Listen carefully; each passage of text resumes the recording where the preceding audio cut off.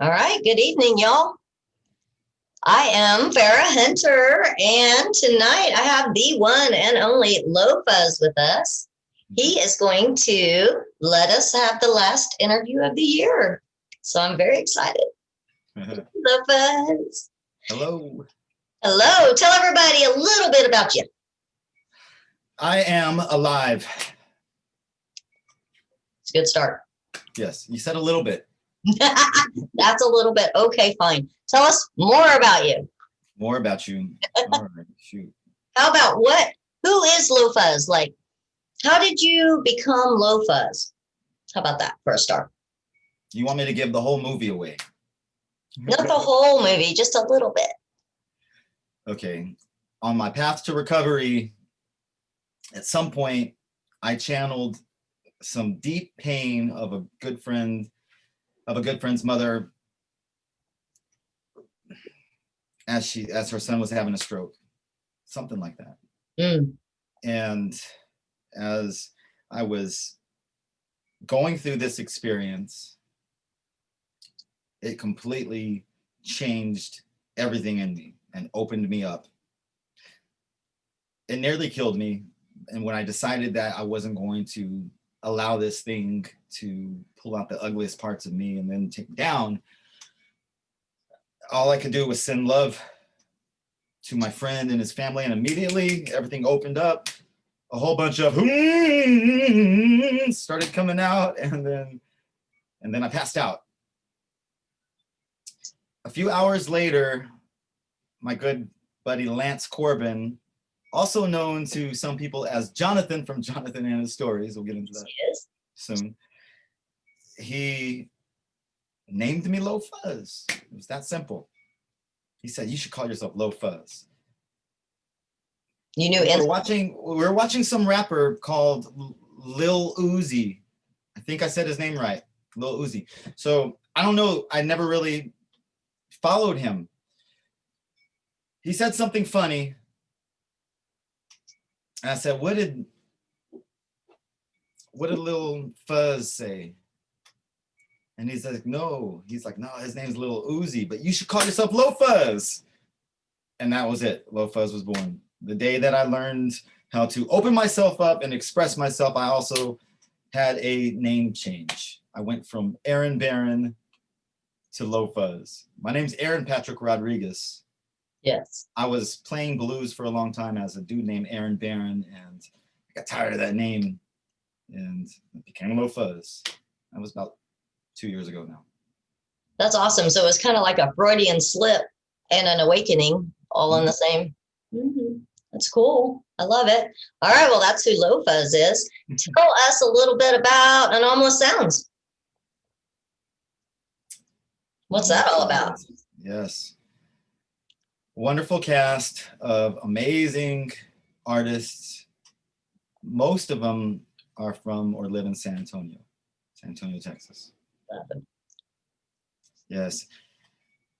I was inspired by all these people. I asked them to come into my studio, film them, and put them out in the world so they can receive the medicine like I do.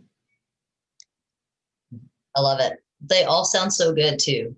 Wide variety of people. Yes. They either bring me to tears or bring me to chills in some way. That's why they're on the label. They're inspiring. I love it. They all inspire me. Anyone that you've ever let me play that's on your Anomalous Sounds, I mean, I love them. They're so good. I just fall in love and I'm like, oh, now we got to play an Anomalous Sounds hour. Yes, they're all beautiful artists, every single one of them. They really are. And they have beautiful families. I mean, it's just too much. I love them. And they're also attached to Jonathan and His Stories in some ways. So tell us how that all works out. And what is Jonathan and His Stories? Jonathan and His Stories is a cartoon that we are developing. Some of it's live on YouTube. Some of the prototypes we've been working on. You can check it out at the LoFuzz channel. LoFuzz. Anyhow, Jonathan is a creator. He's a character I created when I was in prison in 2005. I would write a whole bunch of dark stories and dark poems, and then I would draw Jonathan, just a Jonathan head, little character. years and years and years later, when I was building the cartoon, I decided to ask my good friend Lance Corbin to come in and play Jonathan. And at that point, I knew I had something huge because he brought so much life to this character. And that's where it started. From there, we started developing stories, adding more characters, and every single character is a singer or a musician in San Antonio. And some of them live in Dallas and Houston and other places, but I think they're all from Texas. Tommy T is from Tennessee, but he lives in San Antonio, so there it is. Hell yeah. He's Right, got so we have this cartoon and all of the characters are musicians and they play their songs throughout the cartoon, and their stories are built off of the human stories. For like, give us an example. Like, okay, so I know Christina Quick is Quixie. So how are they related, like in the story? Okay, Quixie, played by Christina Quick, is an interdimensional being. When you take expanders, which is basically acid, you hallucinate this interdimensional being, Quixie. So Jonathan, the main character, when he is in this trip, he sees Quixie and he asks her, or he tells her he wants to find love. So she tells him to go puff on some Sweet Joy, which is basically just cannabis. And he puffs on some Sweet Joy and he finds Scarlet in the mental realm. Scarlet does the same thing. She takes the expander, she meets Quixie, played by Christina Quick. She experiences this trip, and Quixie tells her to go puff on some Sweet Joy. She puffs on some Sweet Joy, she sees Jonathan, and that's how they fall in love. And the whole cartoon is based off of these two characters trying to find a world where they can exist together, all while there are these bad guys trying to tear everything apart. And they're not really bad guys, they're just, everything that they're doing for their own selfish motives are going to tear the world apart if they have their way.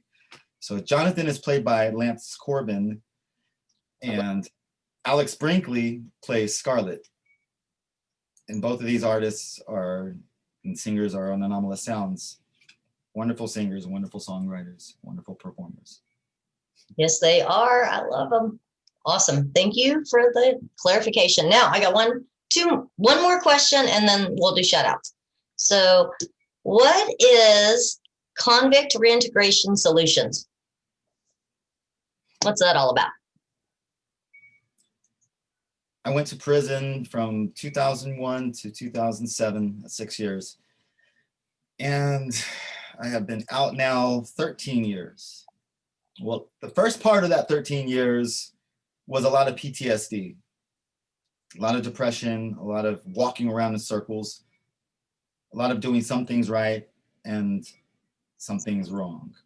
Anyhow, I went through a depression a few years back. I recovered from the depression, and in the recovery, I understood that a lot of what I went through was because there was no support system in place that actually works. And the reason why I know they don't work, because recidivism is always over for 50%.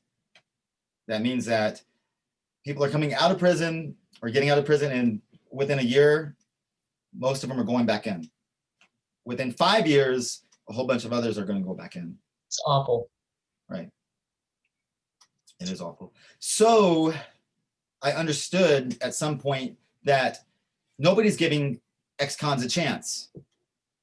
Not many people are giving ex-cons a chance, partially because the ex-con himself hasn't figured it out. Most of us can't understand why we can't just make all of the things that we thought of when we were in prison come true when we're out of prison, and we can't get our life together. So Convict Reintegration Solutions is to help reconcile the idea of what you thought it was supposed to be to making that reality, finally.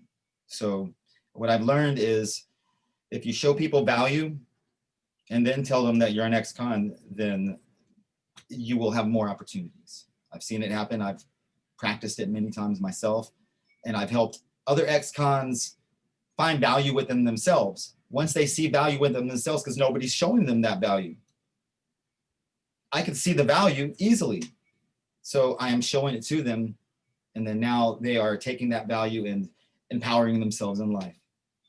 So Convict Reintegration Solutions is helping not just ex-cons, but branching out to helping anybody who can't seem to get themselves out of the shit that they think that they're in. Because maybe they're not in shit at all.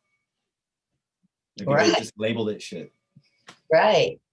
So essentially you're giving them, so they see their value and the world will see their value instead of an ex-con. Because when they show their value, that's what everybody sees, right? So you're helping them to show their value to the world. Yeah, if it was just that easy.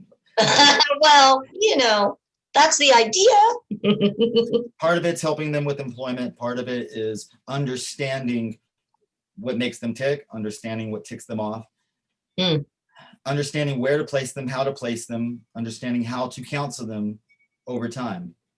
And through this process, all I am doing is taking all of the things that brought me down and recognizing it within everybody else. And as soon as I can see it, that's where I can see the value, because I wasn't able to see the value in myself before. Right. Once I was able to see the value within myself, it was easy to show it to anybody else who saw it as value.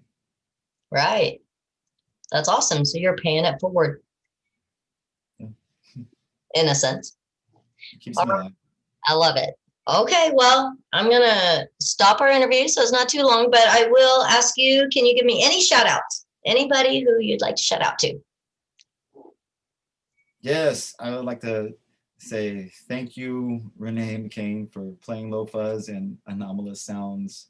And thank you all the listeners of KM420. What? Lots. All the LoFuzz and Anomalous Sounds. Thank you very much. I appreciate it. I love y'all. We appreciate it. I know I saw the cute cat. She keeps coming in. She's like, I'm getting in this picture. Yes. What's that kitty's name? This is Dill Pickle. Dill Pickle.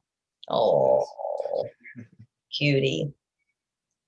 She wanted in. She's been walking through the whole time. She's going to have it her way.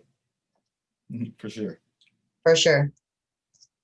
All right. Are you done with your shout outs?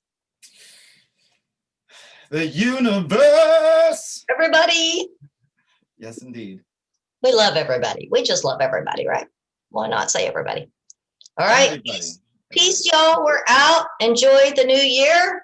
2021's coming. Thank goodness. Bye.